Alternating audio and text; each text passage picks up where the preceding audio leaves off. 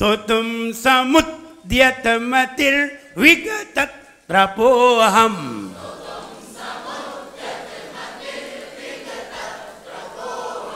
त्रपोहम बोलने का ढंग, त्रपोहम।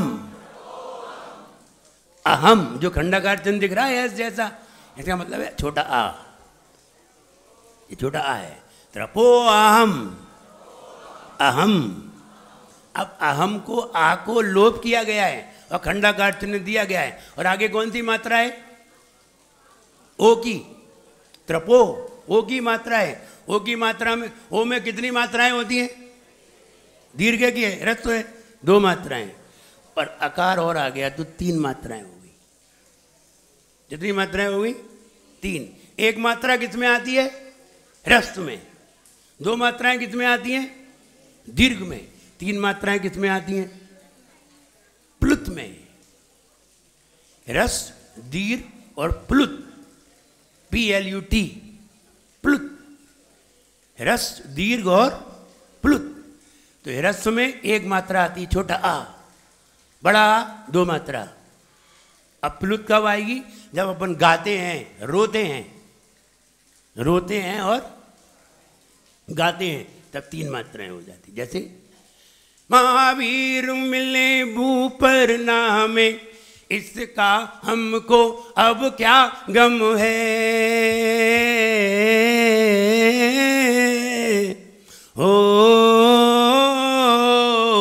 ये देर तक जा रहा है, इसमें 3 मात्राएं हैं।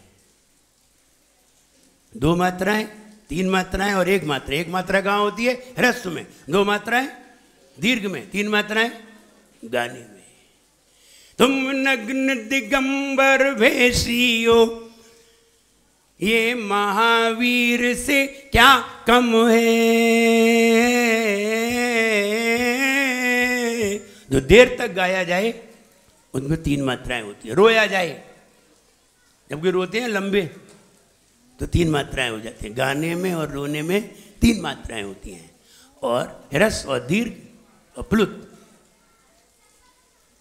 आइए जाप देखते हैं। ओम ह्रीम अरहम नमो परमो हि जिनानम।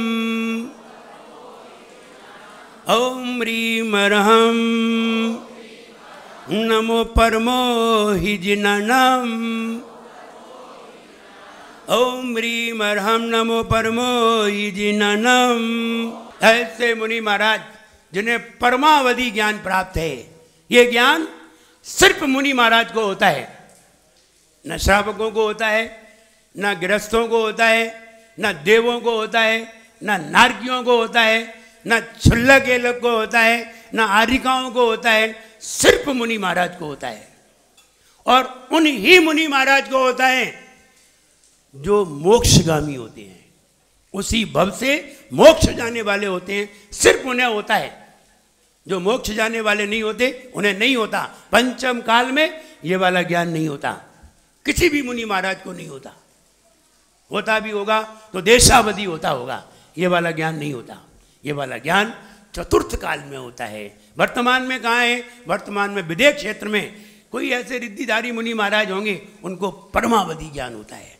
वे मुनि महाराज जो विदेह क्षेत्र में विराजमान है, परमावधि ज्ञान के धारी हैं, उसी भव से मोक्ष जाने वाले हैं। इसे कहते हैं दिव्य अवधिक ज्ञान, इसे कहते हैं।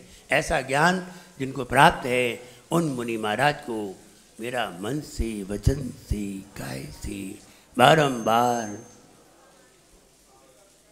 ये वाली जाप करते हैं।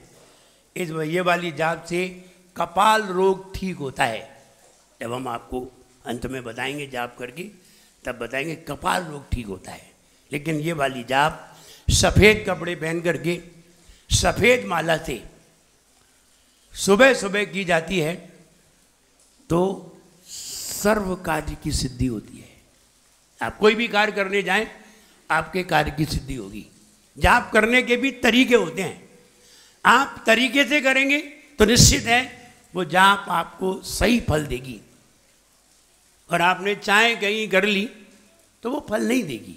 इसलिए जाप कैसे की जाएगी? सफ़ेद वस्त्र में शुद्ध होकर के सफेद माला से आसन पर बैठ करके और सुबह सुबह की जाएगी प्रतिदिन, तो निश्चित है आप सर्व कार्य की सिद्धि कर सकते हैं। कार्य तो बहुत सारे हैं और हर व्यक्ति चाहता है हम जो कार्य करें मेरा कार्य सिद्ध हो। कोई भी ये नहीं चाहता मेरा कार्य सिद्ध ना हो। हर व्यक्ति चाहता है मेरा कार्य सिद्ध हो, फिर चाहे छोटा हो चाहे बड़ा हो। हम एग्जाम देने जा रहे हैं तो यही चाहता है कि मैं पास हो। हर व्यक्ति चाहता है, चाहे ये बात अलग है कि बाद में फेल हो जाए, लेकिन चाहते वही हैं। सर्व सिद्धिदायक ये इसका फल है सर्व सिद्धिदायक। सिद्धि होती किससे है? कार्य करने से नहीं। नहीं। मोक्ष किससे होता है? मुनि बनने से नहीं। नहीं। अगर मुनि बनने से ही मोक्ष हो जाता हो तो सारे मुनि फिर मोक्ष जाना चाहिए। 3 कम 9 करोड़ ही जाते हैं और दीक्षा करोड़ों लेते हैं। करोड़ों, 3 कम 9 करोड़ नहीं, कम से कम हो सकता है 100 करोड़ भी हो, 50 करोड़ भी हो। 3 कम 9 करोड़ तो वो हैं जो मोक्ष जाने वाले हैं। दीक्षा तो बहुत लेते हैं। ऐसे ही सर्व सिद्धिदायक कार्य की सिद्धि मुनि बनने से होती है? नहीं। कार्य की सिद्धि कार्य करने से होती है? नहीं। एग्जाम में पास पढ़ने से होते हैं? ध्यान रहे, बहुत पढ़ने वाले लोग एग्जाम में जाकर के भूलते हैं। पूरी साल तक याद करते हैं और एग्जाम में जाकर के सब साफ हो जाता है और 3 घंटे बाद निकलते हैं तो सब याद आता है। कहो ऐसा होता है कि नहीं? पढ़ने वाले सबने देखा होगा 3 घंटे तक कोई याद नहीं आएगा। पूरा दिमाग लगाएंगे, पूरी ताकत लगाएंगे, याद नहीं आएगा। और जैसे ही एग्जाम में कॉपी दी और बाहर निकले कट से याद आ जाएगा। भाई ये बताओ 3 घंटे तक याद क्यों नहीं आया? 3 घंटे तक याद कैसे आता है? क्या करें हम? 3 घंटे में याद आना चाहिए, बाकी समय याद आए चाहे ना आए। और कीमत तो 3 घंटे की थी। आप 6वें छंद में जरूर आइए। 6, 7, 8, 9 ये 4 छंद में आओगे तो वहाँ बुद्धि की ही बात की जाएगी। फिर आपको बताएंगे कैसे याद आता है और कैसे भूल जाते हैं, कौन भूल जाते हैं, किनको याद आता है, सब बताएंगे। लेकिन आज नहीं, वो विषय आज का है ही नहीं है। आज तो लघुता का है। सिद्धि लघुता से होती है, सिद्धि विनम्रता से होती है। हम जितने भगवान के प्रति, गुरु के प्रति लघु हो जाते हैं, विनम्र हो जाते हैं, उतनी जल्दी हमारी कार्य की सिद्धि होती है। आप मुनिराज को पड़गान करते हैं, कैसे पड़गाते हैं? कितने लघु हो जाते हैं, 90 का कोण बना देते हैं, पूरी कमर झुका देते हैं और फिर देखो हे स्वामी, पूरे हाथ भी, सिर भी, कमर भी। कभी तुमने ऐसी हिलाई है? भगवान के सामने भी नहीं होती ऐसी, जितनी कि महाराज के सामने हो जाती है। समझिए, जितने लघु हो जाते हैं उतनी जल्दी कार्य की सिद्धि होती है। ना याद करने से होती है, ना पढ़ने से होती है। जो ज़्यादा पढ़ते हैं, लघु नहीं होते, वे लोग आगे जाकर के भूल जाते हैं, इंटरव्यू में भूल जाते हैं। इंटरव्यू देने गए, भूल गए, 1 मिनट की तो बात थी, वहीं याद आ जाता तो मजा आ जाता, वो वहीं भूल गए। 3 घंटे की बात थी, 1 साल की मेहनत, 3 घंटे की बात, और 3 घंटे में याद नहीं आता है, 3 घंटे बाद याद आ जाता है। लघुता की कमी है। आप जितने लघु होंगे, जितने विनम्र होंगे, कार्य की सिद्धि होगी। आप अपने घर वालों के प्रति, बड़ों के प्रति लघु हो जाइए, विनम्र हो जाइए। देखिए, आप जो कहोगे वो करेंगे। आप जैसा कहोगे वो वैसा करते जाएंगे। बस आप लघु रहिए, सरल रहिए, सहज रहिए। और आपने अकड़ दिखाई ना, तो कहते हैं ना, अकड़ खास मुर्दों की पहचान है, झुकते वही हैं जिनमें जान है। अकड़ खास मुर्दों की पहचान है। जब मर जाते ऐसे अकड़ जाते, फिर वो निकलते ही नहीं है। वो व्यक्ति मर गया तो ऐसे हाथ करके मरा, वो दरवाजे से ही नहीं निकले, हाथ काटने पड़े उसके,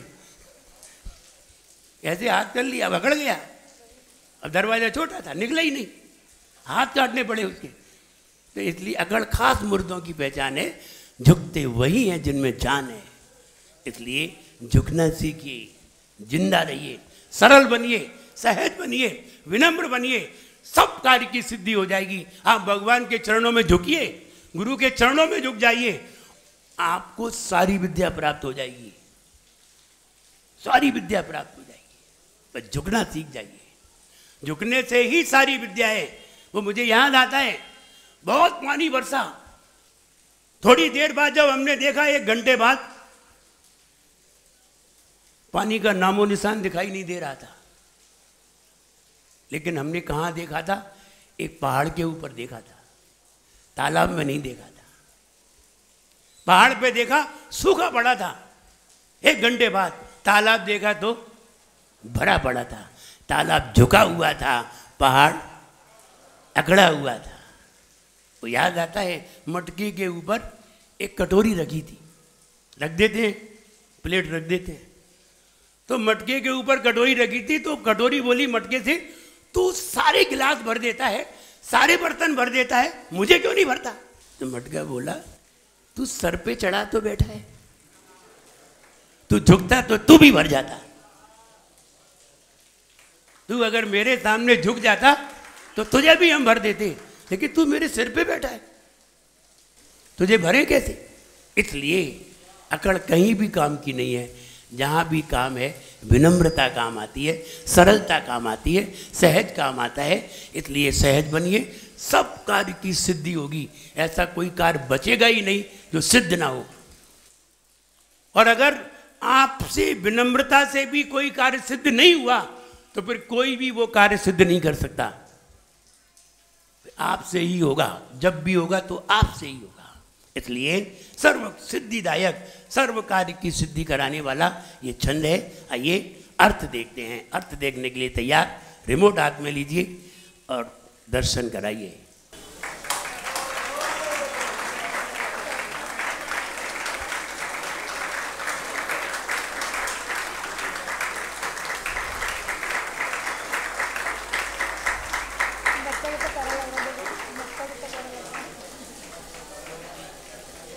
पुरुष में अकड़ होती है, अकड़ ज्यादा होने के कारण पुरुष हमेशा घाटे में रहता है, महिला हमेशा लाभ में रहती है। अब पुरुष ने देखो MBBS किया, 16 साल तक पढ़ा, इतनी मेहनत की, इतने पैसे खर्च किए, डॉक्टर बना। महिला अंगूठा छाप आई, डॉक्टर नहीं हो गई।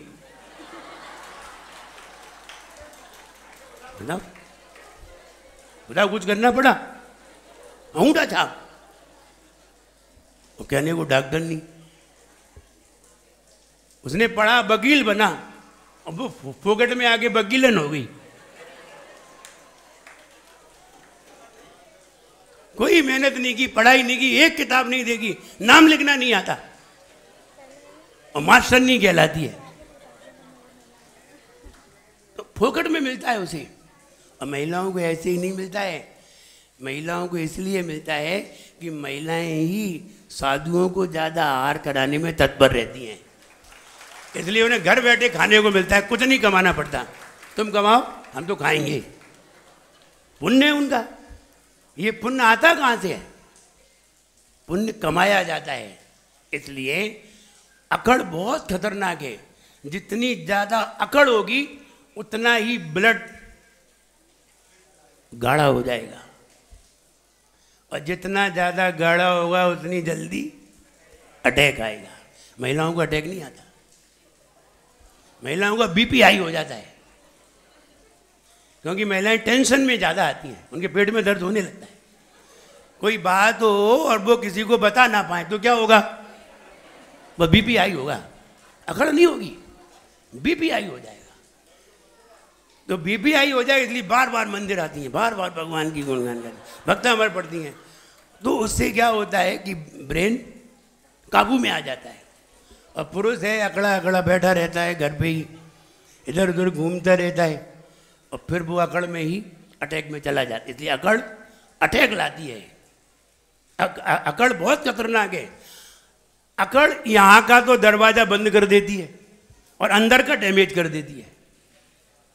अंदर का ज्ञान डैमेज कर देगी और यहाँ का बंद तो ना तो गया और भीतर का निकला, तो दोनों दिन से जाते हैं।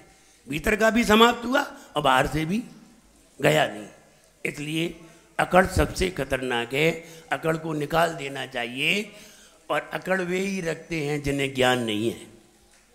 इसलिए सर्व सिद्धिदायक। आइए चित्र में देखिए, एक बालक पानी में पड़े चंद्रमा को पकड़ने के लिए जा रहा है। आदिनाथ भगवान बैठे हुए हैं, कुछ लोग भगवान की स्तुति कर रहे हैं और भगवान की स्तुति कर रहे हैं।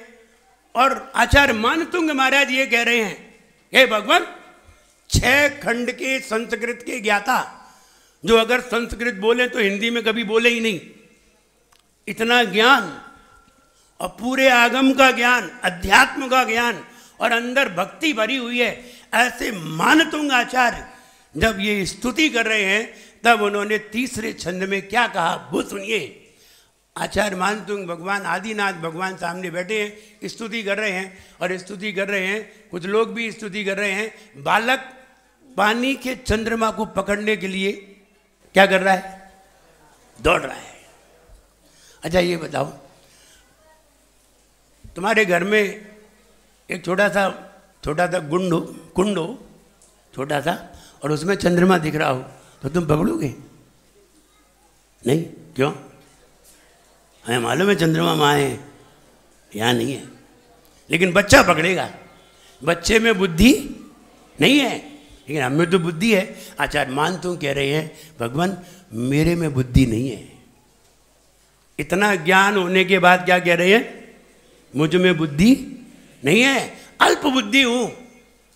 और अल्प बुद्धि होने पर भी मैं आपकी स्तुति करने के लिए तैयार हुआ हूं। किसी में बुद्धि नहीं होती, कोई पढ़ नहीं पाता, तो मंदिर में कोई भगवान की पूजन भी नहीं करता, बोले हमें आती नहीं है। अब अल्प बुद्धि होकर के भी हम स्तुति नहीं करते। अब बुद्धि बढ़ेगी कैसे? किससे बढ़ेगी? तो बुद्धि बढ़ाने का तरीका यही है कि गाना आए या ना आए, गाना चाहिए। भगवान की स्तुति जरूर गाना चाहिए।